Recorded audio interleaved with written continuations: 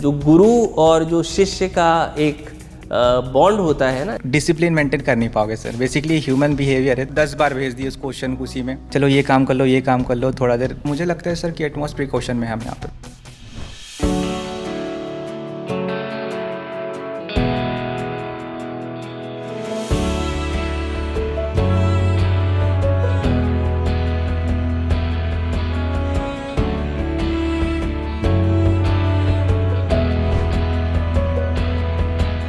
हाय, आपका नाम? Sir this is Shivam Patanwar and I am from Bhilai and I have done my BTech from Chhatrapati Shivaji institute of technology Durg Chhattisgarh sir. Shivam, आज आपका कौन सा सब्जेक्ट था? सर आज हम लोग का थर्मोडायनामिक्स का क्लास है सर हम लोग का। सर सबसे इम्पॉर्टेंट चीज़ नोट्स बनाना ही है सर, क्योंकि आप जब तक बनाओगे नहीं नोट्स तब तक आपके ब्रेन में वो चीज़ें पिक होंगी ही नहीं सर। अगर रिकॉल करोगे तो at the end of the day आपको नोट्स की ज़रूरत पड़ेगी ही सर। तो नोट्स तो इम्पॉर्टेंट है, क्योंकि आप at the end of the day previous year लगाओगे तो आपको कॉन्सेप्ट की ज़रूरत पड़ेगी और कॉन्सेप्ट आएंगे नोट्स से, तो नोट्स इंपॉर्टेंट है सर। जैसे हर स्टूडेंट का कंसंट्रेशन लेवल अलग होता है, वैसे ही ग्रास्पिंग कैपेसिटी भी डिफरेंट होती है। क्लासेस से पहले या फिर क्लासेस के बाद स्टूडेंट्स अपने डाउट्स को फैकल्टी के साथ डिस्कस कर सकते हैं। सर मेरा नाम ईशा चौधरी है और मैंने मैकेनिकल इंजीनियरिंग कर रखी है आरटीयू कोटा से।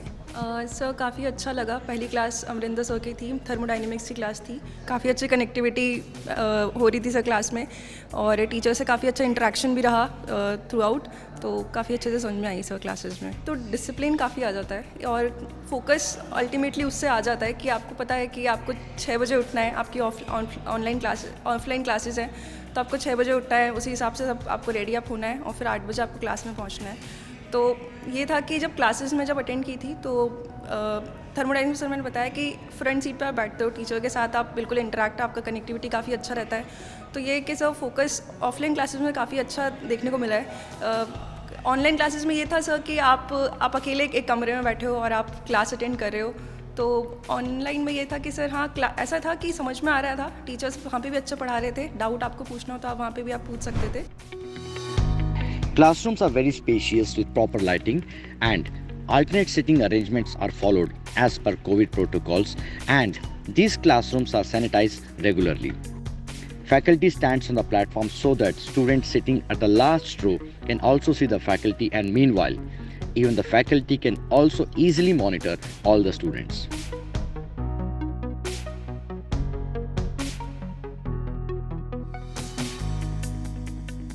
मेरा नाम अभिषेक कुमार मिश्रा, चाईबासा इंजीनियरिंग कॉलेज में मैं पढ़ा हूँ और मैं झारखंड से हूँ। सर क्लासरूम आने पे एक तो ये होता है कि सर हमारे सामने हैं, फेस टू फेस हैं, तो वो एक ज़्यादा कंसंट्रेशन वहाँ पर बनता है और हम एक प्रॉपरली वे में नोट्स बनाते जाते हैं, सर पढ़ाते जाते हैं और हमारा जो भी कंसंट्रेशन रहता है वो ईज़िली लूज़ नहीं होता है। यहाँ आते हैं तो सर एक प्रॉपर डिसिप्लिन वे में हमें आना है, तो उस हिसाब से हमारा जो क्लासेस रहता है वो बहुत ही अच्छा होता है और ज़्यादा कुछ समझ में आता है और कंसंट्रेशन हाई हो जाता है यहाँ पर बैठने में।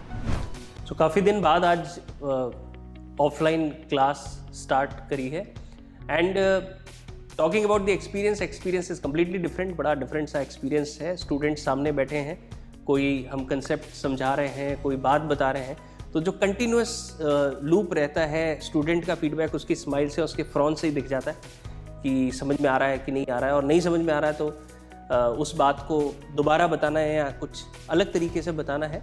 वो थोड़ा सा मुझे लगता है कि it becomes very smooth and very easy.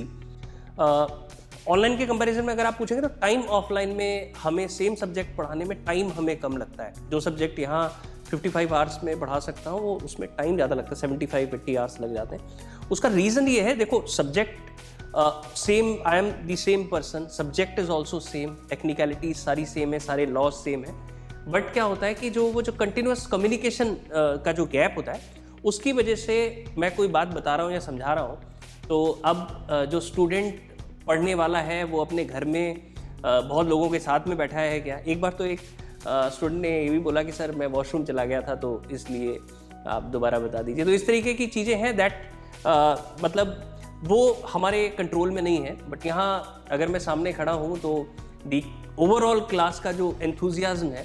और एक स्टूडेंट ना, सबसे बड़ी बात ये होती है कि जब हम कॉम्पिटिटिव एग्जाम की प्रिपरेशन करते हैं तो हम जहाँ बैठे हैं हमारे जैसा ही कोई स्टूडेंट हमारे पास बैठा है, हमारे जैसा ही कोई और स्टूडेंट हमारे आगे बैठा है, पीछे बैठा है, तो उससे क्या होता है कि जब वो पढ़ रहा है या वो आंसर कर रहा है क्लास में, तो वो एंथुजियाज्म बना रहता है, वो एनर्जी लेवल बना रहता है। और बाकी आप सभी जो लोग प्रिपरेशन कर रहे हैं, पढ़ते रहिए, पूरा साल है अभी से, जस्ट गेट 2022 हुआ है, गेट 2023 के लिए पूरा साल आपके पास है। अच्छे से नोट्स बनाइए, अच्छे से पढ़िए, मेहनत करिए, और जो भी हार्ड वर्क आप करेंगे वो आपको ज़रूर बदलेगा लाइफ में।